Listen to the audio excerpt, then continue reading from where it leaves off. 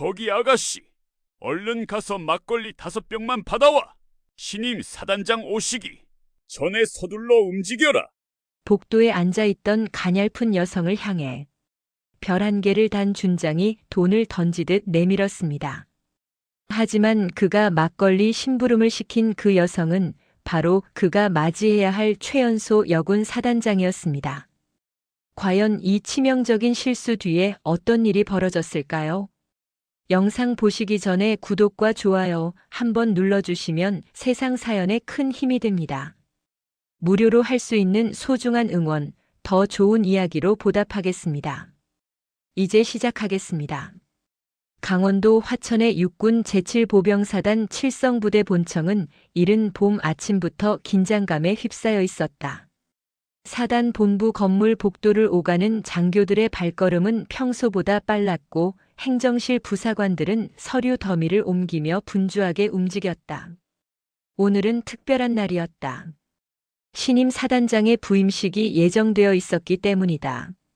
사단장실 옆 부사단장실의 주인인 한철민 준장은 창문 너머로 연병장을 내려다보며 담배 연기를 내뿜었다. 별 한 개를 단 그의 어깨는 육중했고 얼굴에는 수십 년간 야전을 누빈 군인의 풍상이 깊이 새겨져 있었다. 한 준장은 육군사관학교 38기로 임관한 이후 보병학교 교관, 연대 작전과장, 대대장, 여단 참모장을 거쳐 이 자리까지 올라온 백전노장이었다. 그는 군대는 전통과 질서로 움직여야 한다고 믿었고 오랜 세월 쌓아온 위계와 경험이야말로 군대의 근간이라 여겼다. 그런 그에게 오늘 부임하는 신임 사단장에 대한 소식은 충격 그 자체였다. 38살 최연소 여군 소장. 그것도 707 특수임무단 출신이라는 점이 더욱 그를 불편하게 만들었다. 특전사 출신들은 실전 경험은 많을지 몰라도 정규 보병 사단을 지휘하는 것과는 차원이 다른 문제였다. 더군다나 여군이 사단장이라니. 한 준장은 속으로 이것이 군의 전통을 무너뜨리는 처사라고 생각했다. 그는 여군들이 행정이나 지원 분야에서 능력을 발휘하는 것은 인정했지만 최전방 사단을 지휘하는 것은 전혀 다른 차원의 이야기라고 확신했다. 한 준장은 재떨이에 담배를 비벼 끄며 시계를 확인했다. 부임식은 오전 11시, 아직 2시간 정도 남았다. 그는 사단장실로 건너가 마지막 점검을 하기로 마음먹었다. 복도로 나선 그는 문득 멀리 복도 끝 의자에 앉아있는 한 여성을 발견했다. 작은 체구의 그녀는 청바지에 흰색 셔츠를 입고 있었고 긴 머리를 뒤로 묶은 채 조용히 앞을 응시하고 있었다.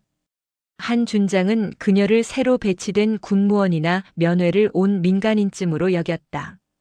평소 같았으면 무심코 지나쳤겠지만 오늘은 달랐다.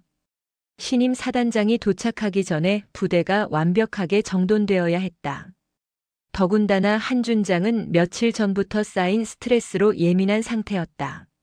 상부에서 내려온 지시사항들, 여군 사단장 부임에 대한 부정적 여론, 그리고 자신의 입지가 흔들릴 수 있다는 불안감까지. 그 모든 감정이 한꺼번에 폭발할 출구를 찾고 있었다. 야, 거기 아가씨. 한 준장의 목소리는 복도에 울려 퍼졌다. 그는 큰 걸음으로 그녀에게 다가갔다. 여성은 고개를 들어 그를 바라봤지만 표정에는 아무런 변화가 없었다. 놀라는 기색도 당황하는 기색도 없었다. 오히려 그 눈빛은 침착하고 깊었다. 무언가 한 준장이 예상했던 것과는 달랐지만 그는 이미 감정적으로 흥분한 상태였다. 신임 사단장님 오시기 전에 여기 먼지 안 나게 좀 치워야겠어. 부대 앞 식당 알지? 거기 가서 막걸리 5병 받아와. 얼른 움직여. 한 준장은 지갑에서 5만 원권 지폐 한 장을 꺼내 그녀 앞에 내밀었다. 사단장 부임 후 간부들과 간단히 축배를 들 생각이었다. 여성은 지폐를 받지 않았다. 그저 조용히 한 준장을 올려다볼 뿐이었다. 그 눈빛에는 어떤 감정도 읽히지 않았다. 분노도 당혹감도 복종도 없었다. 마치 깊은 호수처럼 고요하고 투명했다. 한 준장은 그 눈빛이 마음에 들지 않았다. 자신의 지시를 받은 사람이라면 당연히 당황하거나 순종적인 태도를 보여야 정상이었다. 하지만 이 여성은 마치 그를 관찰하듯 바라보고만 있었다. 한 준장은 혀를 차며 손을 거두었다. 요즘 젊은 애들은 버릇이 없어. 군부대에 왔으면 최소한의 예의는 지켜야지. 그는 더 이상 그녀에게 신경 쓰지 않기로 했다. 어차피 누군가 다른 사람에게 심부름을 시키면 그만이었다. 한 준장은 돌아서서 사단장실로 향했다. 뒤에서 여성이 자리에서 일어나는 기척이 들렸지만 그는 뒤를 돌아보지 않았다. 그의 머릿속은 이미 신임 사단장을 어떻게 대할 것인가에 대한 생각으로 가득 차 있었다. 사단장실 안은 말끔하게 정돈되어 있었다. 전임 사단장이 사용하던 집무 책상 위에는 태극기와 군기가 나란히 놓여 있었고 벽면에는 칠성부대의 역사가 담긴 사진들이 걸려 있었다. 한국 전쟁 당시 백마고지 전투, 베트남전 참전, 각종 훈련과 작전 사진들. 한 준장은 그 사진들을 바라보며 다시 한번 다짐했다. 이 부대의 전통과 명예는 자신이 지켜야 한다고. 신임 사단장이 어떤 사람이든 자신은 이 부대의 부사단장으로서 할 말은 해야 했다. 여군이라고 해서 최연소라고 해서 함부로 대하지는 않을 것이다. 하지만 실전 경험이 부족하거나 부대 운영에 대한 이해가 부족하다면 선배로서 조언을 아끼지 않을 생각이었다. 아니, 조언이라기보다는 필요하다면 강하게 의견을 개진할 각오까지 되어 있었다. 시간이 흘러 오전 10시가 되자 사단 본부는 본격적으로 부임식 준비에 돌입했다. 연병장에는 이미 예하 부대 지휘관들과 주요 참모들이 도열해 있었다. 각 대대장, 연대장들, 포병연대장, 공병대대장, 정보통신대대장까지 제7보병사단의 핵심 간부들이 모두 모인 자리였다. 그들의 표정에도 긴장과 호기심이 뒤섞여 있었다. 최연소 여군 소장이 과연 어떤 모습으로 나타날지 모두가 궁금해하고 있었다. 한 준장은 부사단장 자리에 서서 정면을 응시했다. 그의 옆에는 사단 참모장인 김대령이 서 있었다. 김대령은 40대 중반의 신중한 성격으로 한 준장과는 달리 신임 사단장에 대해 열린 마음을 가지고 있었다. 그는 한 준장에게 조용히 속삭였다. 준장님, 소문 들으셨죠? 신임 사단장님이 707특임대 출신이라던데 그것도 독검이라는 별명으로 불렸다고 합니다. 독검이. 한 준장은 처음 듣는 별명이었다. 김 대령이 설명을 이어갔다. 대테러 작전과 특수 침투 작전을 전담했던 팀의 팀장이었다고 합니다. 작전 성공률이 100%였고 단 한 명의 팀원도 잃지 않았다고 하더군요. 냉철하고 치밀해서 붙여진 별명이랍니다. 한 준장은 코웃음을 쳤다. 특수부대 작전과 사단급 부대 지휘는 완전히 다른 영역이야. 소규모 팀을 이끄는 것과 수천 명의 병력을 지휘하는 것은 차원이 다르다고. 김 대령은 더 이상 말을 잇지 않았다. 그는 한 준장의 고집을 잘 알고 있었다. 한번 마음먹으면 누구의 말도 듣지 않는 성격.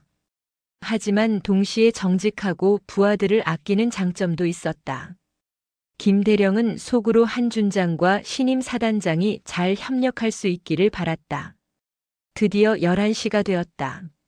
사단 의장대가 나팔을 불었고 부임 차량이 연병장 입구에 멈춰 섰다. 모든 이들의 시선이 차량 문을 향했다. 문이 열리고 한 사람이 내렸다. 짙은 녹색 정복을 갖춰 입은 여성 장교. 그녀의 어깨에는 은빛 별 2개가 햇빛을 받아 선명하게 빛났다. 바로 소장 계급장이었다. 한 준장의 시선이 그녀의 얼굴로 향하는 순간 그는 숨이 멎는 듯한 충격을 받았다. 신임 사단장의 얼굴은 불과 1시간 전 복도 의자에 앉아있던 그 여성과 똑같았다.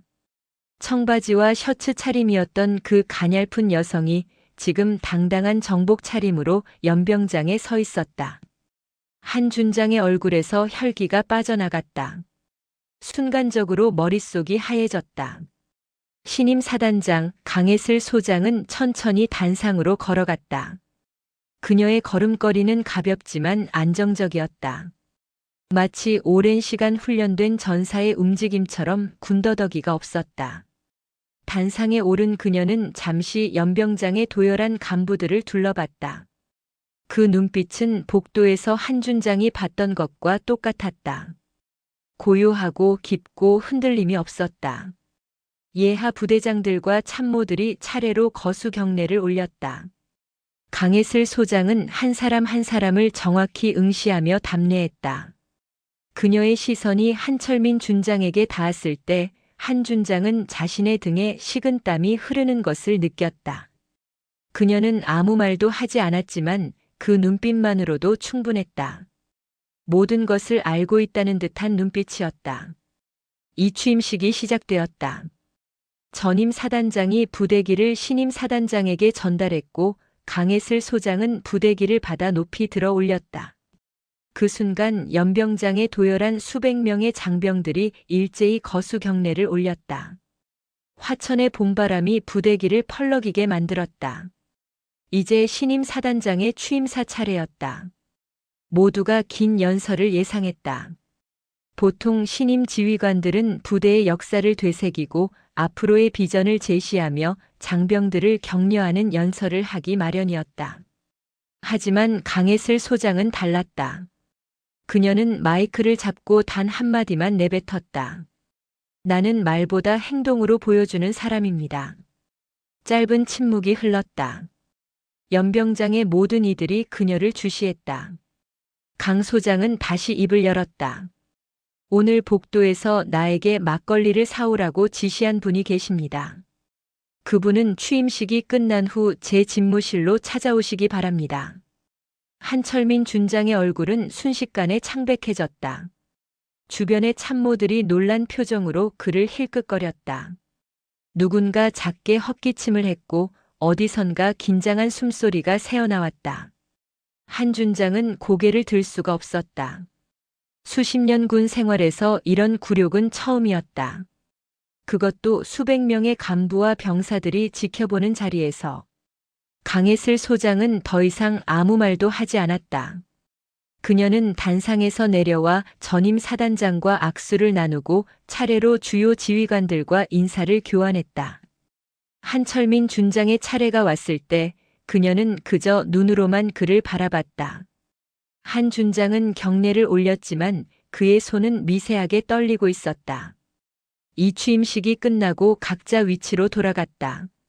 한 준장은 부사단장실로 돌아오자마자 의자에 주저앉았다. 그의 머릿속은 혼란스러웠다. 자신이 막걸리 심부름을 시켰던 그 여성이 바로 신임 사단장이었다니. 더군다나 그녀는 공개적으로 그 사실을 폭로했다. 이것은 단순한 망신이 아니었다. 그녀가 자신에게 보내는 명확한 메시지였다. 계급장과 나이, 성별 따위로 사람을 판단하지 말라는. 한 준장은 깊은 한숨을 내쉬었다. 그는 군인으로서 명령에 복종해야 한다는 것을 알고 있었다. 사단장의 호출을 무시할 수는 없었다. 그는 무거운 발걸음으로 사단장실로 향했다. 복도를 걸으며 그는 아침에 그 자리에 앉아있던 그녀의 모습을 떠올렸다. 그 차분한 눈빛, 아무 말 없이 자신을 바라보던 그 표정. 이제야 그 의미를 알 것 같았다. 그녀는 이미 모든 것을 알고 있었던 것이다. 사단장실 문 앞에 도착한 한 준장은 노크를 했다. 안에서 차가운 목소리가 들려왔다. 들어오십시오. 한 준장은 문을 열고 안으로 들어갔다. 강예슬 소장은 책상 뒤에 앉아 서류를 검토하고 있었다. 그녀는 고개를 들어 한 준장을 바라봤다. 한 준장은 바른 자세로 서서 경례를 올렸다. 제7보병사단 부사단장 한철민 준장, 사단장님 호출에 응했습니다. 강예슬 소장은 펜을 내려놓고 팔짱을 꼈다. 그녀의 눈빛은 여전히 차가웠다. 준장님, 한 가지 묻고 싶습니다. 준장님은 계급장을 고스톱으로 따셨습니까? 아니면 나이가 곧 계급이라고 착각하고 계십니까? 한준장은 할 말을 잃었다. 그 말은 전곡을 찔렀다. 그는 젊은 여군 사단장을 무시했고 민간인으로 착각한 여성에게 함부로 대했다. 그 모든 것이 자신의 오만함에서 비롯된 것이었다. 죄송합니다. 한준장의 입에서 작은 사과의 말이 흘러나왔다. 강혜슬 소장은 고개를 끄덕였다. 사과는 받겠습니다. 하지만 준장님, 우리는 이제 같은 부대에서 일해야 합니다. 저는 준장님의 경험과 능력을 존중합니다. 하지만 저 역시 이 자리에 오기까지 많은 것을 겪었습니다. 서로를 판단할 때는 계급장과 성별이 아니라 능력과 책임감으로 하시기 바랍니다. 한철민 준장은 고개를 들어 그녀를 바라봤다. 그녀의 눈빛에서 분노나 경멸은 보이지 않았다. 오히려 차분한 결의가 느껴졌다. 한 준장은 자신이 큰 실수를 저질렀다는 것을 깨달았다. 동시에 이 젊은 사단장에게서 뭔가 특별한 것을 느꼈다. 그것이 무엇인지는 아직 명확하지 않았지만 그녀는 분명 평범한 인물이 아니었다. 강혜슬 소장은 한철민 준장을 마주보며 천천히 입을 열었다. 사단장실의 공기는 무겁게 가라앉아 있었다. 창문 너머로 보이는 연병장에서는 훈련병들이 구보를 하고 있었지만 이 방 안의 시간은 멈춘 듯 했다. 준장님, 제가 왜 준장님을 이 자리로 부르셨는지 아십니까? 한 준장은 침묵했다. 그는 자신이 저지른 실수를 알고 있었다. 하지만 입 밖으로 그 말을 꺼내는 것은 쉽지 않았다. 수십 년간 쌓아온 자존심이 걸린 문제였다. 강 소장은 책상 위에 놓인 서류 파일을 집어들었다. 그것은 한철민 준장의 인사기록 카드였다.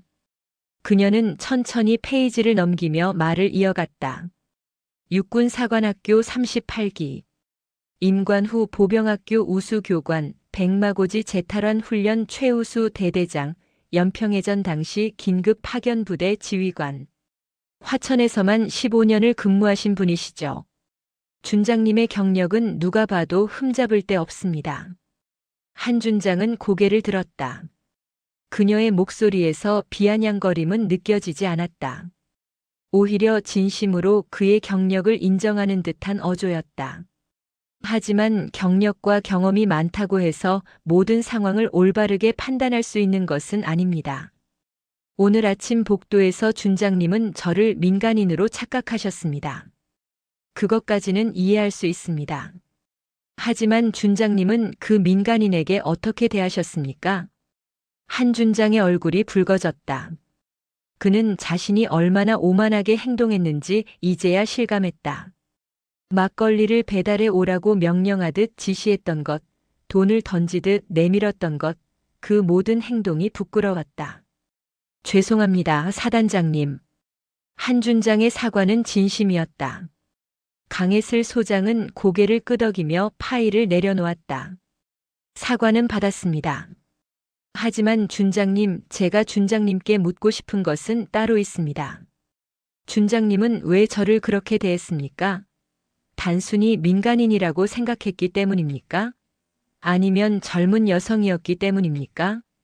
한준장은 잠시 망설였다. 그는 정직한 사람이었다. 거짓말로 상황을 모면하고 싶지 않았다. 솔직히 말씀드리면 둘 다입니다. 저는 군대가 남성 중심의 조직이라고 믿어왔습니다. 여군들이 행정이나 지원 업무에서 뛰어난 능력을 발휘하는 것은 인정합니다. 하지만 최전방 사단을 지휘하는 것은 다른 문제라고 생각했습니다. 특히 38이라는 나이에 소장이 되신 것은 정상적인 승진 경로가 아니라고 여겼습니다. 강혜슬 소장은 의자에 등을 기댔다. 그녀의 표정에는 놀라움도 분노도 없었다. 오히려 예상했다는 듯한 표정이었다. 정직하게 말씀해 주셔서 감사합니다. 준장님의 생각을 이해합니다. 실제로 저도 승진할 때마다 같은 말을 들었습니다. 너무 빨리 올라간다. 여자라서 특혜를 받는다. 실전 경험이 부족하다. 그런 말들을 수없이 들었습니다. 강 소장은 자리에서 일어나 창가로 걸어갔다. 그녀는 연병장을 내려다보며 계속 말을 이어갔다. 제가 처음 특전사에 지원했을 때가 24살이었습니다. 당시 여군의 특전사 입대는 거의 불가능했습니다. 하지만 저는 포기하지 않았습니다. 남자 지원자들과 똑같은 체력 테스트를 받았고 똑같은 훈련을 받았습니다. 처음에는 모두가 저를 무시했습니다. 일주일도 못 버틸 거라고 했습니다. 한 준장은 그녀의 등을 바라보며 조용히 들었다. 강 소장의 목소리에는 과거의 고통과 분노가 묻어 있지 않았다. 다만 담담하게 사실을 진술하는 듯 했다. 하지만 저는 살아남았습니다. 그리고 최우수 성적으로 훈련을 수료했습니다. 이후 707 특수임무단에 배치되어 대테러 작전과 특수 침투 작전을 수행했습니다. 10년 동안 37번의 작전에 참여했고 모두 성공했습니다. 단 한 명의 팀원도 잃지 않았습니다. 강 소장은 돌아서서 한 준장을 마주봤다. 그녀의 눈빛은 여전히 차갑고 날카로웠다. 준장님이 보시기엔 소규모 팀 작전과 사단급 지휘가 다르다고 하셨습니다. 맞습니다. 분명 다릅니다. 하지만 본질은 같습니다. 부하의 생명을 책임지고 주어진 임무를 완수하는 것. 그것이 지휘관의 본분입니다. 제가 팀장으로서 10명의 생명을 지켰듯이 이제는 사단장으로서 10,000명의 생명을 지킬 것입니다. 한철민 준장은 그녀의 말에 고개를 숙였다. 그는 자신이 얼마나 편협한 생각을 가지고 있었는지 깨달았다. 계급과 성별, 나이로 사람을 판단했던 자신이 부끄러웠다. 사단장님, 제가 잘못 생각했습니다. 사단장님께서 이 자리에 오신 것은 능력 때문이었습니다. 강혜슬 소장은 잠시 침묵했다가 다시 책상으로 돌아와 앉았다. 그녀는 서랍에서 두꺼운 파일 하나를 꺼냈다. 파일에는 극비라는 도장이 찍혀 있었다. 준장님, 이것을 보십시오. 한 준장은 파일을 받아 펼쳤다. 그 안에는 제7보병사단의 최근 3년간 훈련 평가 결과가 담겨 있었다. 한 준장의 표정이 굳어졌다. 훈련 성적은 매년 하락하고 있었다. 특히 야간 기동 훈련과 대침투 작전 평가에서는 전군 평균에도 미치지 못했다. 이것이 현실입니다. 칠성부대는 한국 전쟁 당시 백마고지를 지킨 명예로운 부대입니다. 하지만 지금은 그 명예에 안주하고 있습니다. 훈련은 형식적으로 진행되고 간부들은 전투력보다 행정 업무에 집중하고 있습니다. 한 준장은 할 말이 없었다. 그는 그 사실을 모르지 않았다. 하지만 오랜 관행과 편안함에 젖어 변화를 시도하지 않았던 것이 사실이었다. 강 소장은 파일을 다시 가져와 책상 위에 놓았다. 저는 이 부대를 다시 최정예 부대로 만들 것입니다. 명예는 과거의 영광이 아니라 현재의 실력으로 증명되어야 합니다. 그리고 그 과정에서 준장님의 도움이 필요합니다. 한 준장은 고개를 들어 그녀를 바라봤다. 강 소장의 눈빛에서 진심이 느껴졌다. 그녀는 그를 적으로 만들려는 것이 아니었다. 오히려 함께 일할 동료로 여기고 있었다. 준장님의 경험과 인맥은 이 부대에 꼭 필요합니다. 저는 특수작전의 전문가이지만 정규 보병 사단의 운영에 대해서는 배워야 할 것이 많습니다. 준장님께서 저를 도와주신다면 우리는 훌륭한 팀이 될 수 있습니다. 한철민 준장은 잠시 생각에 잠겼다. 그는 처음에 강혜슬 소장을 거부했지만 이제는 그녀가 진정한 군인이라는 것을 알았다. 그녀는 자신의 자리를 증명하기 위해 노력했고 부하들을 위해 헌신할 준비가 되어 있었다. 알겠습니다, 사단장님. 제가 아는 모든 것을 동원해서 사단장님을 보좌하겠습니다. 강 소장은 처음으로 미소를 지었다. 그것은 작은 미소였지만 한 준장에게는 큰 의미로 다가왔다. 그녀는 자리에서 일어나 한 준장 앞으로 다가왔다. 고맙습니다, 준장님. 그럼 이제부터 준장님께 부탁할 것이 있습니다. 제가 이 부대의 실상을 제대로 파악하기 위해서는 솔직한 평가가 필요합니다. 각 대대의 전투력 수준, 간부들의 능력, 병사들의 사기, 모든 것을 있는 그대로 보고해 주십시오. 한 준장은 고개를 끄덕였다. 그는 이미 마음의 결정을 내렸다. 더 이상 강했을 소장을 적대시하지 않기로, 오히려 그녀를 돕기로. 사단장님, 한 가지 제안을 해도 되겠습니까? 말씀하십시오. 사단장님께서 직접 부대를 돌아보시는 것이 어떻겠습니까? 서류와 보고서만으로는 부대의 실상을 파악하기 어렵습니다. 각 대대를 방문하셔서 병사들과 직접 대화를 나누시고 훈련장을 둘러보시면 더 정확한 판단을 하실 수 있을 것입니다. 강 소장은 잠시 생각하더니 고개를 끄덕였다. 좋은 제안입니다. 내일부터 시작하겠습니다. 준장님께서 안내를 부탁드립니다. 두 사람은 악수를 나눴다. 한 준장은 사단장실을 나서면서 가슴이 한결 가벼워진 것을 느꼈다. 처음에는 굴욕적이고 화가 났지만 이제는 오히려 기대가 되었다. 강했을 소장이라는 인물이 이 부대를 어떻게 변화시킬지 궁금했다. 복도로 나온 한 준장은 참모장인 김 대령과 마주쳤다. 김 대령은 조심스럽게 물었다. 준장님 괜찮으십니까? 한 준장은 씁쓸하게 웃었다. 괜찮아. 아니, 괜찮은 정도가 아니야. 나는 오늘 큰 교훈을 얻었어. 무슨 교훈 말씀이십니까? 계급장과 나이로 사람을 판단하지 말라는 것. 그리고 진정한 군인은 말이 아니라 행동으로 증명된다는 것. 김 대령은 안도의 표정을 지었다. 그는 한 준장과 강 소장이 대립하면 부대 전체가 혼란에 빠질까봐 걱정했었다. 하지만 이제 그 걱정은 사라진 것 같았다. 사단장님은 대단한 분인 것 같습니다. 그래. 나도 처음에는 인정하기 싫었지만 그분은 진짜 군인이야. 10년 동안 37번의 작전을 모두 성공시키고 단 한 명의 부하도 잃지 않았다고 하더군. 그게 말처럼 쉬운 일이 아니야. 두 사람은 복도를 걸으며 대화를 나눴다. 한 준장은 이제 강했을 소장을 진심으로 존중하기로 마음먹었다. 그녀는 자신의 능력으로 이 자리에 올랐고 부하들을 위해 헌신할 준비가 되어 있었다. 그것만으로도 충분히 존경받을 자격이 있었다. 한편 사단장실에 남은 강했을 소장은 다시 책상에 앉아 서류를 검토했다. 그녀의 표정은 여전히 차가웠지만 눈빛에는 작은 만족감이 담겨 있었다. 한철민 준장을 적으로 만들지 않고 동료로 만든 것은 중요한 첫걸음이었다. 그는 이 부대에서 오래 근무했고 간부들과 병사들 사이에서 신망이 두터웠다. 그의 협조를 얻은 것은 앞으로의 개혁 작업에 큰 도움이 될 것이었다. 강 소장은 창밖을 바라봤다. 화천의 산맥이 석양에 물들어 붉게 빛나고 있었다. 그녀는 이 부대를 다시 최정예로 만들겠다고 다짐했다.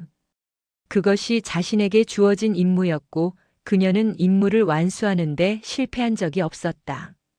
사단 본부 건물 아래에서는 간부들이 오늘의 사건에 대해 수군거리고 있었다. 신임 사단장이 부사단장을 공개적으로 망신을 주었다는 소문이 삽시간에 퍼졌다. 어떤 이들은 걱정스러운 표정을 지었고 어떤 이들은 기대에 찬 눈빛을 보였다. 하지만 모두가 동의하는 것이 하나 있었다. 제7보병사단에 큰 변화가 찾아올 것이라는 점이었다. 그날 저녁 한철민 준장은 숙소로 돌아와 책상 앞에 앉았다. 그는 오늘 하루를 되돌아보며 많은 생각에 잠겼다. 아침에는 신임 사단장을 거부하고 무시했지만 저녁이 되어서는 그녀를 존경하게 되었다. 그것은 큰 변화였다. 그리고 그 변화는 강했을 소장의 진정성과 능력에서 비롯된 것이었다. 한 준장은 작은 수첩을 꺼내 메모를 시작했다. 내일부터 사단장과 함께 부대를 순회하면서 보여줄 것들, 설명할 것들, 개선이 필요한 부분들. 그는 이제 진정으로 강했을 소장을 돕고 싶었다. 그것이 이 부대를 위한 길이고 자신의 책임이라고 생각했다. 강했을 소장이 부임한 지 사흘째 되는 날, 제7보병사단 전 간부가 집결한 작전 회의실에는 긴장감이 흘렀다. 각 연대장과 대대장, 참모진이 모두 모인 자리였다. 회의실 앞쪽 스크린에는 화천 일대의 지형도가 펼쳐져 있었다. 강 소장은 단상에 서서 참석자들을 둘러봤다. 지금부터 전 부대 고강도 야외 기동 훈련을 실시합니다. 훈련명은 독수리 작전입니다. 기간은 2주간 화천 북방 산악 지역 전역이 훈련장입니다. 회의실이 술렁였다. 고강도 야외 기동 훈련, 즉 FTX는 부대원들에게 가장 고된 훈련으로 알려져 있었다. 더구나 2주간이나 실시한다는 것은 예년과 비교해 배 이상 긴 기간이었다. 제11보병 연대장인 박대령이 조심스럽게 손을 들었다. 사단장님, 훈련 기간이 너무 길지 않습니까? 통상적으로 일주일 정도 실시하는데. 강 소장은 박대령을 바라보며 대답했다. 대령님, 우리 부대의 최근 3년간 훈련 평가 결과를 보셨습니까? 야간 기동 훈련 평가는 전군 32개 사단 중 28등입니다. 대침투 작전 평가는 그보다 더 낮습니다. 이것이 백마고지를 지켰던 칠성부대의 현주소입니다. 회의실이 조용해졌다. 간부들은 고개를 숙였다. 그들도 부대의 전투력이 하락하고 있다는 것을 알고 있었지만 이렇게 직설적으로 지적받으니 부끄러웠다.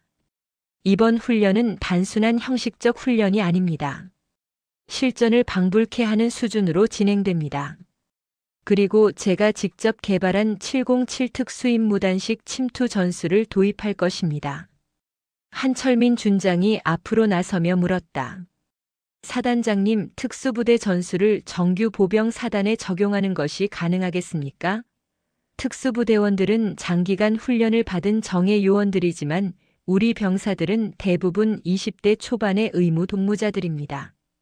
강 소장은 한 준장을 바라보며 고개를 끄덕였다. 준장님 말씀이 맞습니다. 따라서 특수부대 전술을 그대로 적용하는 것이 아니라 정규 보병에 맞게 수정한 버전을 사용할 것입니다. 핵심은 기습과 기동입니다. 적이 예상하지 못한 시간과 장소에서 타격하고 신속하게 이동하여 다시 타격하는 방식입니다. 강 소장은 스크린을 가리켰다. 화면에는 화천 북방의 산악 지형이 상세하게 나타나 있었다.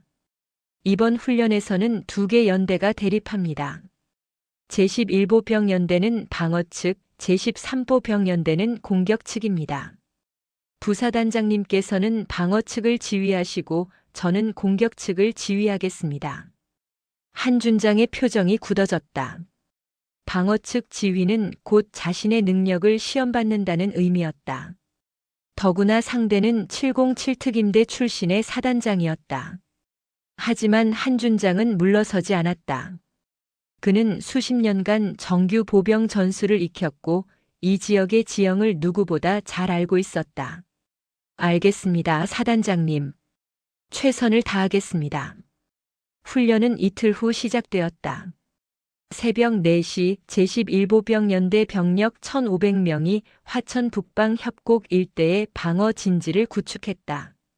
한철민 준장은 지휘소에서 지도를 펼쳐놓고 참모들과 작전을 검토했다. 그는 주요 능선에 병력을 배치하고 계곡마다 관측소를 설치했다. 전형적인 방어 작전이었다. 적이 올 수 있는 모든 경로를 차단하고 화력으로 저지하는 방식이었다. 준장님, 적의 주공 방향은 어디로 예상하십니까? 작전 과장인 최소령이 물었다. 한 준장은 지도의 한 지점을 가리켰다. 여기 38고지입니다. 이곳은 우리 방어선의 중앙부이고 지형상 가장 접근하기 쉬운 경로입니다. 사단장님도 특수부대 출신이지만 기본 전술을 무시하지는 않을 것입니다. 한 준장은 자신의 판단에 확신을 가지고 있었다. 그는 38고지의 최정예 부대인 제1대대를 배치하고 양측 능선에도 충분한 병력을 두었다. 이론적으로는 완벽한 방어선이었다. 반면 강해슬 소장이 이끄는 제13보 병연대는 다른 방식으로 움직이고 있었다. 그들은 주간이 아닌 야간에 이동했고 도로가 아닌 험준한 산악지대를 택했다. 강 소장은 연대를 3개 기동 그룹으로 나누었다. 각 그룹은 500명 규모였고 서로 다른 경로로 침투했다. 드론팀, 적 진지 영상 전송하십시오. 강 소장의 명령에 따라 소형 정찰 드론이 날아올랐다. 야간 투시 카메라가 장착된 드론은 한 준장의 방어선을 상세하게 촬영했다. 영상은 실시간으로 강 소장의 태블릿으로 전송되었다. 예상대로입니다. 적은 38고지의 병력을 집중 배치했습니다. 하지만 좌측 능선과 우측 계곡의 경계가 약합니다. 강 소장은 지도에 표시를 했다. 그녀의 전술은 정면 돌파가 아니었다. 적이 예상하는 주공 방향은 속임수였고 진짜 타격은 다른 곳에서 이루어질 것이었다. 제1기동그룹은 좌측 능선으로 우회 침투, 제2기동그룹은 우측 계곡으로 침투, 제3기동그룹은 38고지를 정면으로 견제하십시오. 시간은 새벽 5시, 일제히 타격합니다. 명령을 받은 각 그룹은 어둠 속에서 조용히 이동했다. 그들은 야간 투시경을 착용하고 최소한의 장비만 휴대했다.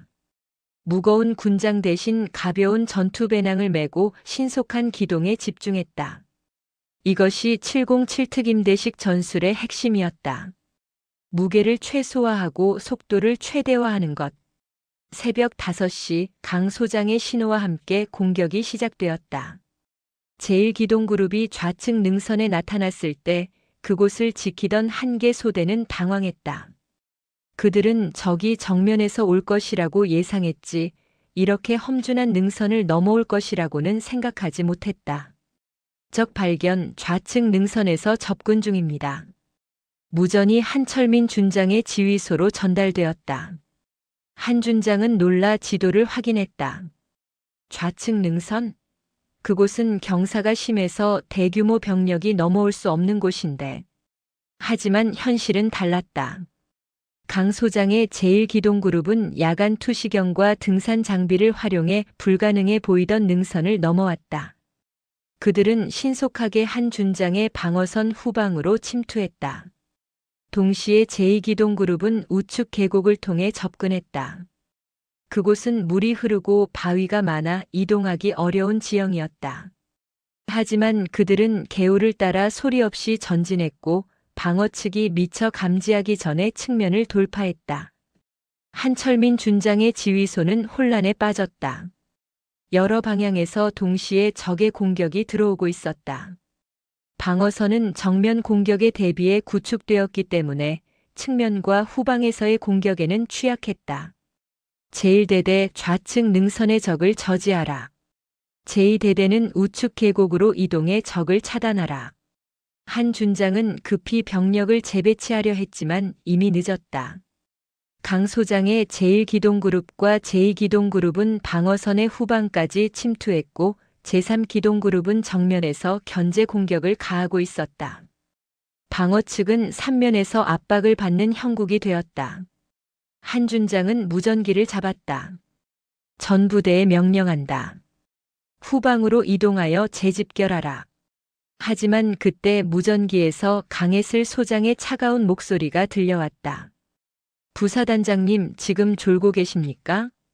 한 준장은 순간 얼굴이 붉어졌다. 훈련 상황에서 사단장이 직접 무전으로 질책하는 것은 이례적이었다. 강 소장은 계속해서 말했다. 부사단장님의 방어선은 이미 붕괴되었습니다. 적이 주공 방향으로만 올 것이라는 고정관념에 사로잡혀 계셨습니다. 현대전은 예측 불가능한 경로로 전개됩니다.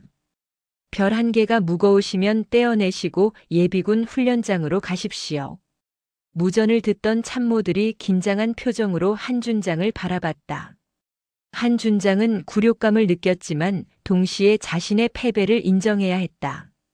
강해슬 소장의 전술은 그가 상상했던 것보다 훨씬 치밀하고 효과적이었다. 훈련은 계속되었다. 강 소장은 한 준장의 방어선을 완전히 무너뜨린 후 다시 병력을 재집결시켰다.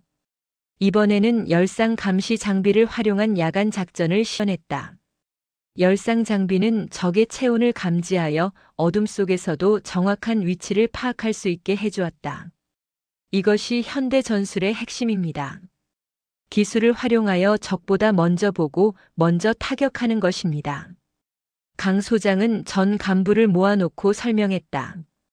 그녀는 드론과 열상 장비, GPS 위치 추적 시스템을 결합한 통합 지휘 체계를 보여주었다. 이것은 707 특임대에서 사용하던 시스템을 정규 보병에 맞게 변형한 것이었다. 이제 우리 부대도 이러한 시스템을 갖추어야 합니다.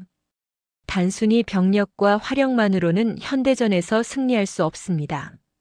한철민 준장은 조용히 훈련 상황을 지켜봤다. 그는 처음에는 강 소장의 전술이 특수부대에서나 통하는 것이라고 생각했다. 하지만 실제로 보니 정규 보병에도 충분히 적용 가능했다. 아니, 적용해야만 했다. 북한군도 이미 특수부대를 운용하고 있었고 기습과 침투 전술을 발전시키고 있었다. 전통적인 방어 전술만으로는 그들을 막을 수 없다는 것을 한 준장은 깨달았다. 훈련 나흘째 강해슬 소장은 역할을 바꾸었다. 이번에는 한 준장이 공격 측을, 강 소장이 방어 측을 맡았다. 한 준장은 강 소장에게 배운 전술을 적용하려 했다. 그는 병력을 분산시켜 여러 방향에서 침투하도록 명령했다. 하지만 강 소장의 방어는 달랐다. 그녀는 고정된 진지를 구축하지 않았다. 대신 기동 방어 전술을 사용했다. 소규모 팀들이 지속적으로 이동하면서 적의 동선을 감시하고 적이 나타나면 신속하게 집결하여 타격하는 방식이었다. 한 준장의 공격 부대는 방어선을 찾지 못했다. 그들이 전진할 때마다 소규모 저항만 받았고 본진을 찾으려 하면 이미 이동해 있었다. 결국 한 준장의 부대는 지쳐서 공격력을 상실했다. 이것이 공세적 방어입니다. 적에게 주도권을 주지 않고 지속적으로 압박하는 것입니다. 강 소장은 훈련 후 평가 시간에 설명했다. 한 준장은 고개를 끄덕이며 들었다. 그는 이제 강 소장의 능력을 완전히 인정했다. 그녀는 단순히 특수부대 출신이 아니라 현대 전술의 진화를 이해하고 적용할 수 있는 진정한 전술가였다. 2주간의 훈련이 끝났을 때 제7보병사단의 간부들과 병사들은 지쳐 있었다. 하지만 그들의 눈빛은 예전과 달랐다. 자신감이 생겼고 전투력이 향상되었다는 것을 스스로 느낄 수 있었다. 훈련 종료식에서 강해슬 소장은 전 장병 앞에 섰다. 여러분 수고하셨습니다. 이번 훈련은 쉽지 않았을 것입니다. 하지만 여러분은 해냈습니다. 이제 우리는 다시 칠성부대의 명예를 되찾을 준비가 되었습니다. 한철민 준장은 옆에 서서 박수를 쳤다. 그는 이제 강해슬 소장을 진심으로 존경했다. 그녀는 말이 아니라 행동으로 자신의 능력을 증명했고 부대를 변화시켰다. 한 준장은 자신의 고정관념이 얼마나 잘못되었는지 깨달았다. 계급장과 성별, 나이가 중요한 것이 아니었다. 진정한 능력과 리더십이 중요한 것이었다. 2주간의 독수리 작전 훈련이 종료되고 사흘이 지난 날 제7보병사단은 잠시 숨을 고르는 시간을 가졌다. 간부들은 훈련 결과를 정리하고 병사들은 장비를 정비하며 휴식을 취했다. 사단 본부 식당에서는 훈련을 무사히 마친 것을 축하하는 간단한 식사 자리가 마련되었다. 강해슬 소장과 한철민 준장도 참석했고 분위기는 한결 부드러워져 있었다. 사단장님, 이번 훈련은 정말 강도가 높았습니다. 하지만 효과는 확실했습니다. 병사들의 사기도 오르고 전투력도 향상되었습니다. 제11보병 연대장인 박대령이 말했다. 강 소장은 고개를 끄덕이며 대답했다. 수고하셨습니다. 하지만 이것은 시작일 뿐입니다. 앞으로도 지속적으로 훈련을 강화해야 합니다. 식사가 끝날 무렵 당직 사관이 급히 들어왔다. 그의 얼굴은 창백했고 손에 들린 무전기에서는 잡음이 섞인 목소리가 들려왔다. 사단장님, 긴급 상황입니다. 화천 민간인 통제구역 인근 지피에서 총격전이 발생했습니다. 식당 안이 순식간에 조용해졌다. 모든 간부들이 자리에서 일어났다. 강혜슬 소장은 즉시 무전기를 받아들었다. 상황을 보고하십시오. 무전기 너머로 지피 소대장의 다급한 목소리가 들려왔다. 배경에서는 총성과 폭발음이 들렸다. 사단장님, 여기는 12지피입니다. 약 30분 전 북측에서 수색대로 추정되는 무장 병력이 군사분 개선을 넘어왔습니다. 우리가 경고 방송을 했으나 그들은 사격으로 응답했습니다. 현재 교전 중이며 우리 측 병력 2명이 부상당했습니다. 강 소장의 표정이 굳어졌다. 그녀는 즉시 명령을 내렸다. 전 간부는 지휘 통제실로 집결하십시오. 지금 즉시입니다. 사단 지휘 통제실은 순식간에 전시 상황으로 전환되었다. 대형 스크린에는 화천 민간인 통제구역의 지도가 펼쳐졌고 GPS 신호로 아군 지피의 위치가 표시되었다. 통신병들은 바쁘게 무전을 주고받았고 참모들은 상황을 파악하기 위해 정보를 수집했다. 강혜슬 소장은 지휘 탁자 앞에 서서 상황판을 주시했다. 한철민 준장이 그녀 옆으로 다가왔다. 사단장님, 12지피는 우리 방어선의 최북단입니다. 그곳은 지형이 험준해서 북한군이 자주 침투를 시도하는 지역입니다. 강 소장은 고개를 끄덕이며 물었다. 부상자 상태는 어떻습니까? 정보과장인 이중령이 보고했다. 한 명은 어깨에 총상을 입었고 다른 한 명은 파편에 의한 열상입니다. 헬기로 후송 준비 중입니다. 그때 스크린에 새로운 정보가 나타났다. 열상 감시 장비가 포착한 영상이었다. 북한군 수색대는 약 15명 규모였고 그들은 군사분계선 북쪽 약 200m 지점에 있는 참호로 후퇴한 상태였다. 하지만 그들은 계속해서 지피 방향으로 산발적인 사격을 가하고 있었다. 상급 부대인 제2군단 사령부에서 무전이 들어왔다. 칠성부대, 이쪽은 군단 작전 참모입니다. 현재 상황을 확전시키지 마십시오. 정전 협정에 따라 군사정전위원회를 통한 협의가 필요합니다. 방어 태세만 유지하고 추가 대응은 대기하십시오. 지휘 통제실의 간부들은 긴장한 표정으로 강혜슬 소장을 바라봤다. 군단의 명령은 명확했다. 확전을 막고 외교적 절차를 따르라는 것이었다. 이것은 통상적인 대응 방식이었다. 북한군의 소규모 도발이 있을 때마다 군은 신중하게 대응했고 정치적 해결을 우선시했다. 하지만 강혜슬 소장의 생각은 달랐다. 그녀는 스크린을 응시하며 입을 열었다. 내 부하가 피를 흘렸습니다. 그것도 우리 영토 안에서 정당한 임무를 수행하다가 말입니다. 그들이 먼저 사격했고 우리 병사를 다치게 했습니다. 한철민 준장이 조심스럽게 말했다. 사단장님, 군단의 명령을 따라야 합니다. 만약 우리가 대응 사격을 하면 정전 협정 위반으로 간주될 수 있습니다. 강 소장은 한 준장을 바라봤다. 그녀의 눈빛은 차갑고 단호했다.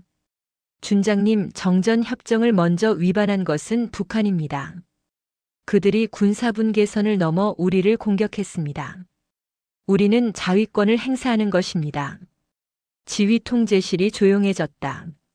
모든 간부들이 숨을 죽이고 강 소장의 다음 말을 기다렸다. 강 소장은 통신병을 향해 말했다. 제7포병 연대장을 연결하십시오. 잠시 후 포병 연대장인 정 대령이 무전에 응답했다. 사단장님, 제7포병 연대장입니다. 정 대령, 지금 즉시 K9 자주포 1개 포대를 사격 대기 태세로 전환하십시오. 목표는 12지피 북방 200m 지점, 북한군 참호 진지입니다. 정대령의 목소리에 당혹감이 묻어났다. 사단장님, 군단에서 대기 명령이 내려오지 않았습니까? 대령, 명령을 수행하십시오. 책임은 제가 집니다. 한철민 준장이 다시 한번 만류했다. 사단장님, 이것은 신중해야 할 문제입니다. 자칫하면 확전될 수 있습니다. 강혜슬 소장은 한 준장을 똑바로 바라봤다. 준장님, 제가 707 특임대에 있을 때 배운 것이 있습니다. 적이 우리를 공격하면 즉시 대응해야 한다는 것입니다. 망설이면 더 많은 아군이 다칩니다.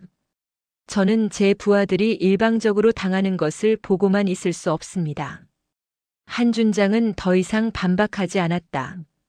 그는 강 소장의 눈빛에서 확고한 결의를 읽었다. 그녀는 이미 결정을 내렸고 그 결과에 대한 책임을 질 각오가 되어 있었다. 강 소장은 다시 무전기를 들었다.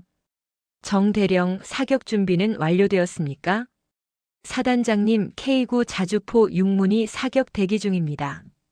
목표 좌표 입력 완료했습니다.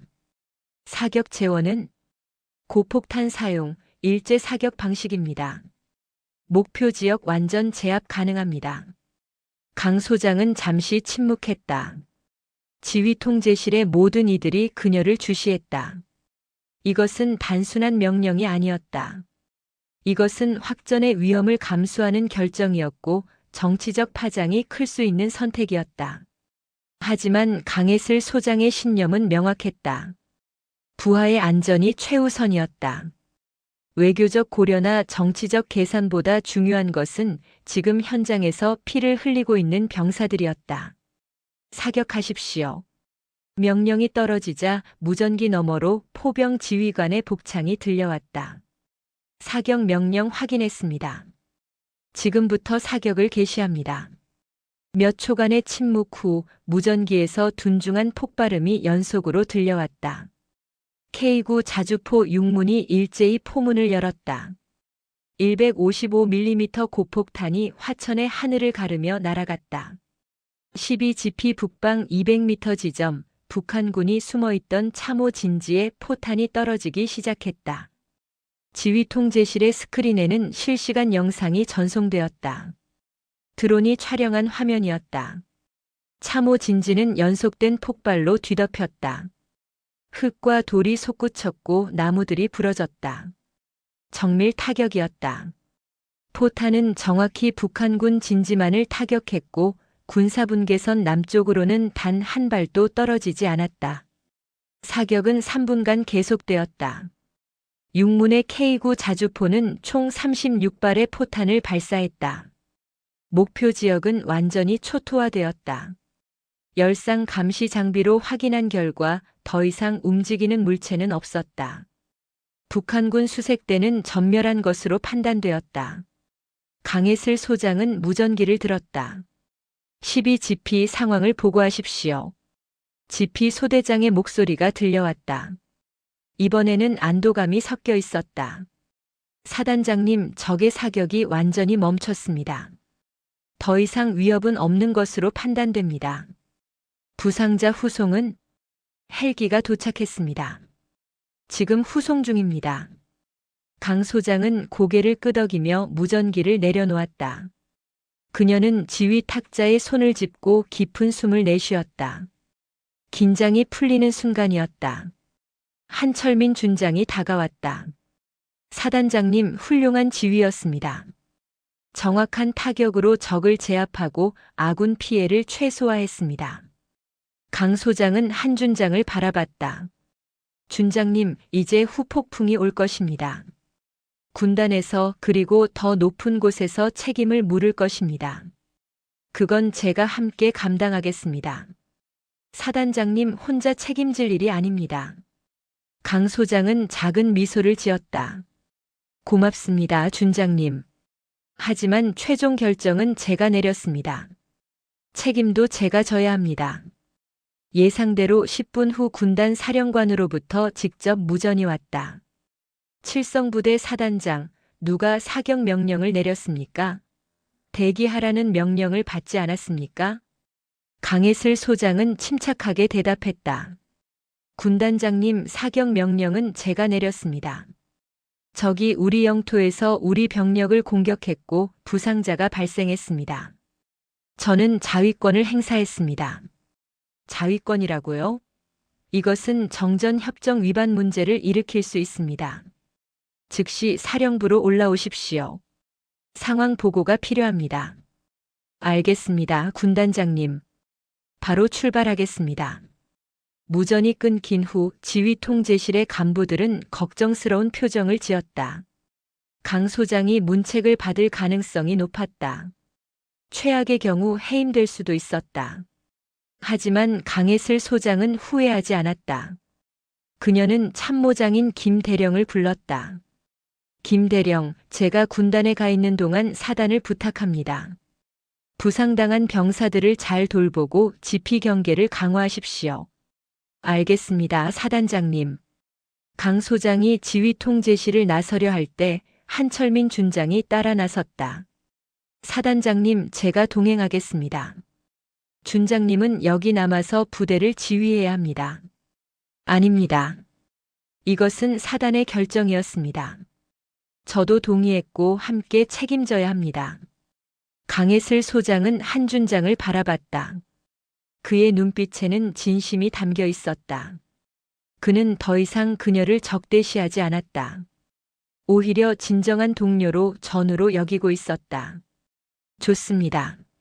함께 가시죠. 두 사람은 군단 사령부로 향하는 차량에 올랐다. 차 안은 조용했지만 두 사람 사이에는 묵직한 신뢰가 흐르고 있었다. 그들은 이제 진정한 팀이 되었다. 계급과 성별, 나이의 차이를 넘어서 부하를 지키고 임무를 완수한다는 공통의 신념으로 하나가 된 것이었다. 화천의 산맥에는 여전히 포탄이 남긴 연기가 피어오르고 있었다. 하지만 12GP의 병사들은 이제 안전했다. 그들은 자신들의 사단장이 어떤 위험을 무릅쓰고 자신들을 지켜주었는지 알게 될 것이었다. 그리고 그 이야기는 제7보병사단 전체에 퍼져 강혜슬 소장에 대한 존경과 신뢰를 더욱 깊게 만들 것이었다. 제2군단 사령부 회의실은 무거운 침묵에 잠겨 있었다. 강혜슬 소장과 한철민 준장은 긴 회의 탁자 한쪽에 서 있었고 맞은편에는 별셋을 단 군단장 김중장과 참모진이 앉아 있었다. 회의는 2시간째 계속되고 있었다. 강 소장, 당신의 결정은 분명 지휘 계통을 무시한 것입니다. 대기 명령이 내려졌음에도 독단적으로 포격을 감행했습니다. 김 중장의 목소리는 엄중했다. 하지만 강혜슬 소장은 흔들리지 않았다. 군단장님, 현장에서는 매 순간이 중요합니다. 적의 사격이 계속되고 있었고 추가 피해가 우려되는 상황이었습니다. 저는 부하들을 지키기 위해 최선의 선택을 했습니다. 최선의 선택이라고요? 만약 이것이 전면전으로 확대되었다면 어쩔 뻔했습니까? 하지만 확대되지 않았습니다. 우리의 타격은 정확했고 적의 공격 능력을 완전히 제거했습니다. 더 이상의 피해는 없었습니다. 군단 작전 참모인 오대령이 끼어들었다. 문제는 그것이 아닙니다, 소장님. 군사정전위원회를 통한 외교적 절차가 있습니다. 우리가 먼저 대규모 포격을 가한 것은 북측에 빌미를 줄 수 있습니다. 한철민 준장이 앞으로 나섰다. 군단장님, 제가 한 말씀 드리겠습니다. 저는 현장에 있었고 사단장님의 결정 과정을 지켜봤습니다. 사단장님은 신중하게 판단했고 부하들의 생명을 최우선으로 고려했습니다. 만약 우리가 대기만 했다면 더 많은 피해가 발생했을 것입니다. 김 중장은 한 준장을 바라봤다. 준장, 당신은 사단장의 결정에 동의했습니까? 예, 군단장님. 저도 동의했고 함께 책임지겠습니다. 김 중장은 깊은 한숨을 내쉬었다. 그는 서류를 검토하며 말을 이었다. 다행히 북측의 추가 도발은 없었습니다. 그리고 우리 측 피해도 최소화되었습니다. 상부에서도 이번 대응에 대해 긍정적으로 평가하는 목소리가 있습니다. 강혜슬 소장과 한철민 준장은 서로를 바라봤다. 김 중장이 계속 말했다. 하지만 앞으로는 반드시 지휘 계통을 준수해야 합니다. 아무리 급박한 상황이라도 상급 부대와의 협조는 필수입니다. 이것은 경고입니다. 다음에는 용납되지 않을 것입니다. 알겠습니다, 군단장님. 회의가 끝나고 두 사람은 군단 사령부를 나섰다. 밖에는 이미 해가 기울고 있었다. 차량으로 돌아가는 길에 한철민 준장이 말했다. 사단장님, 다행히 큰 문책은 없었습니다. 준장님 덕분입니다. 준장님이 함께 책임지겠다고 하셨기에 군단장님도 선처하신 것 같습니다. 아닙니다. 사단장님의 결정이 옳았기 때문입니다. 두 사람은 차량에 올라 화천으로 돌아가는 길에 올랐다. 강혜슬 소장은 창밖을 바라보며 말했다. 준장님, 제가 12GP 현장을 직접 확인하고 싶습니다. 부상당한 병사들도 만나고 현장 상황도 점검해야 합니다. 지금 가시겠습니까? 이미 날이 저물고 있습니다. 괜찮습니다. 오히려 지금이 적기입니다. 병사들이 야간 경계 근무를 서고 있을 때 사단장이 직접 방문한다면 사기가 오를 것입니다. 한철민 준장은 고개를 끄덕였다. 강혜슬 소장의 리더십 방식을 이제는 이해하게 되었다. 그녀는 서류와 보고서로만 지휘하는 사람이 아니었다. 직접 현장에 나가고 병사들과 함께하는 지휘관이었다. 차량은 사단 본부를 거쳐 12GP로 향했다. 화천의 산길은 좁고 험했다. 해가 완전히 지자 사방이 어둠에 잠겼다.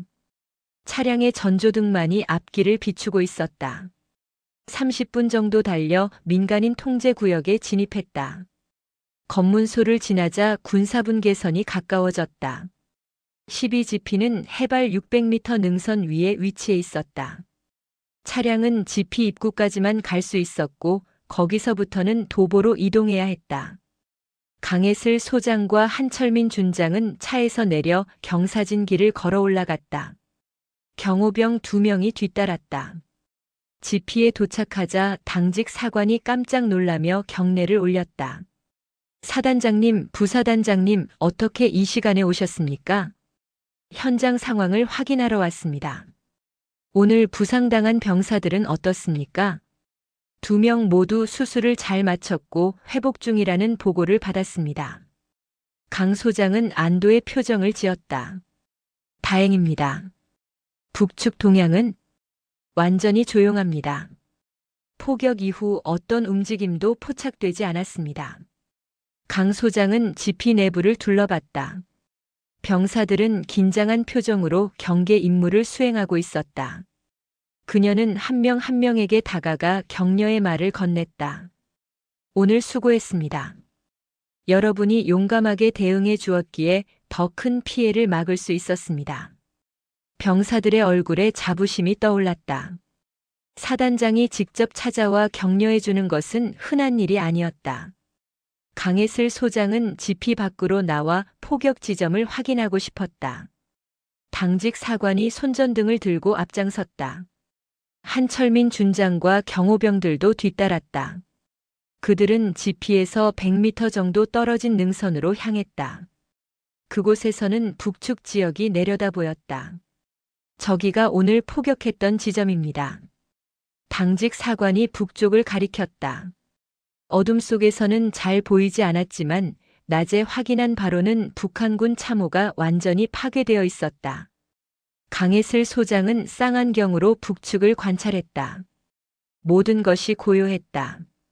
바람 소리와 나뭇잎 흔들리는 소리만 들렸다. 그녀는 만족스러운 표정으로 쌍안경을 내렸다. 이제 돌아가시죠. 그때였다. 멀리 능선 너머에서 희미한 빛이 반짝였다. 한철민 준장이 그것을 먼저 포착했다. 오랜 야전 경험이 그의 본능을 깨웠다. 그것은 조준경에 달린 레이저였다. 누군가 저격 자세를 취하고 있었다. 사단장님, 엎드리십시오.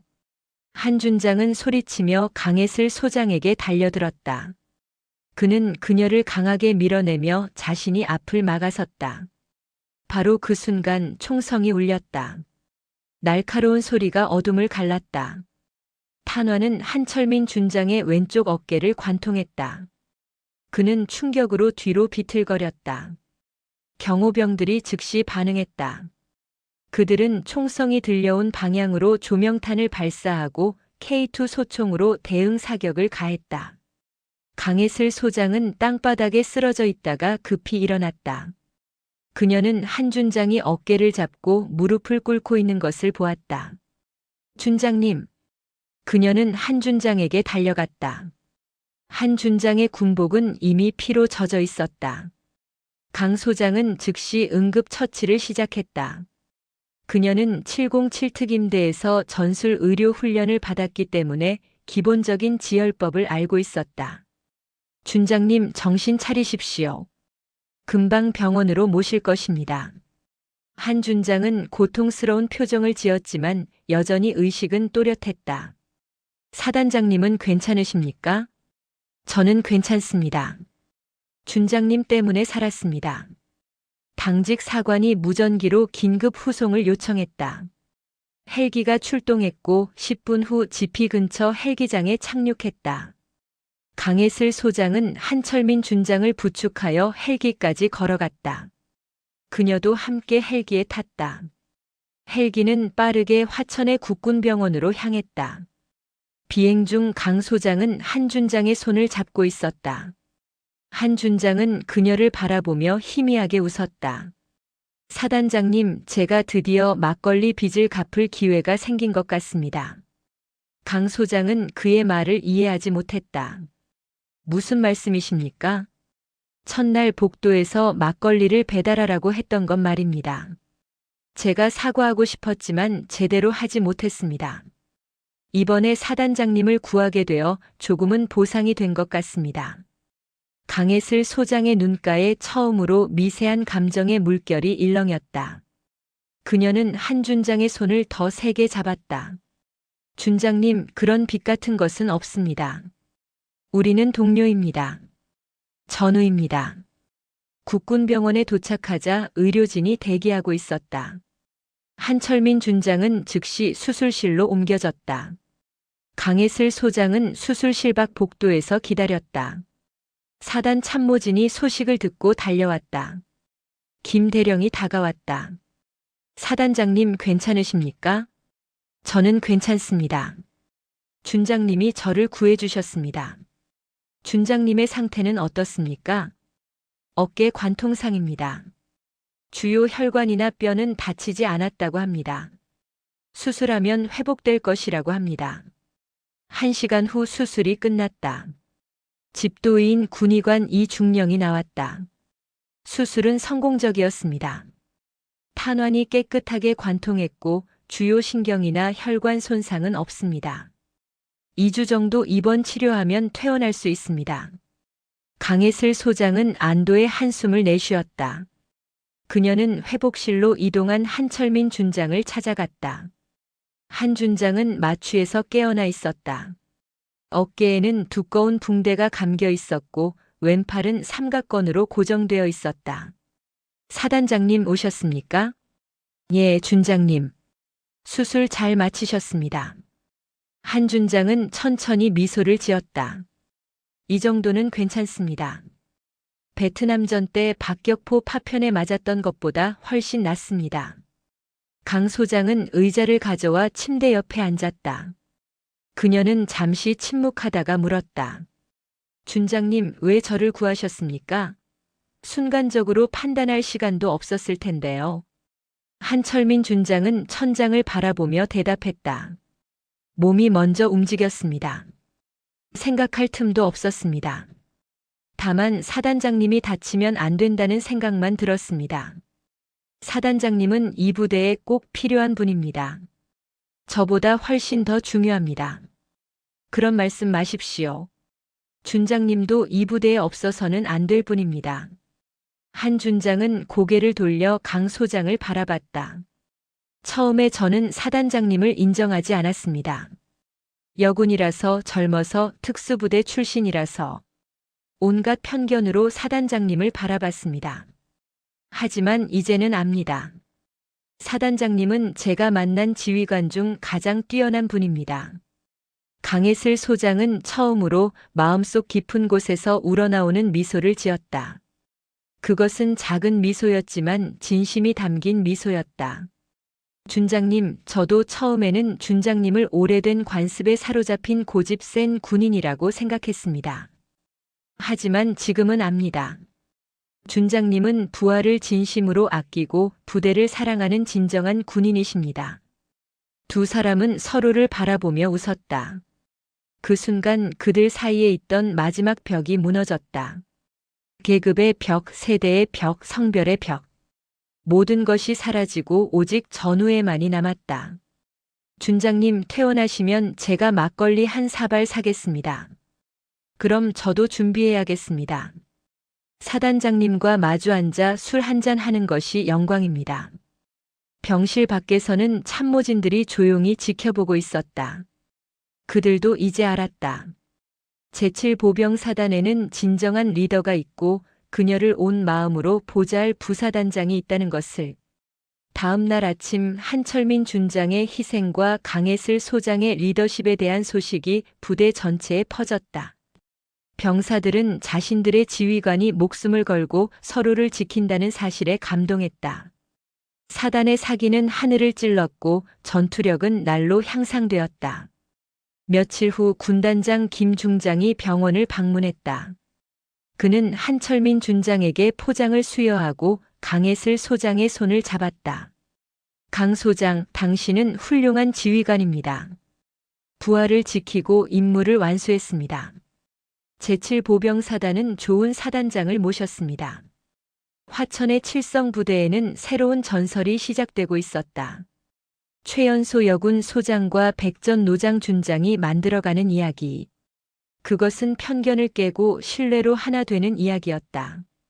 그들의 이야기는 앞으로 오랫동안 부대에 전해질 것이고 많은 후배 장교들에게 귀감이 될 것이었다.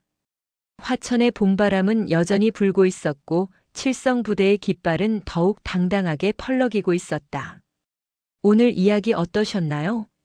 계급장과 나이, 성별로 사람을 판단했던 한철민 준장은 강혜슬 소장의 진정한 능력을 보고 편견을 깨트렸습니다. 진정한 리더십은 말이 아닌 행동으로 증명되며 부하를 지키는 용기가 진짜 군인의 모습입니다. 서로의 다름을 인정하고 존중할 때 우리는 더 강한 팀이 될 수 있습니다. 여러분의 일상에서도 편견 없이 사람을 대하고 행동으로 자신을 증명하는 하루 되시길 바랍니다. 오늘도 들어주셔서 감사합니다. 영상이 재미있으셨다면 구독과 좋아요, 댓글까지 부탁드리고 오늘도 건강하고 행복한 하루 되시길 바랍니다.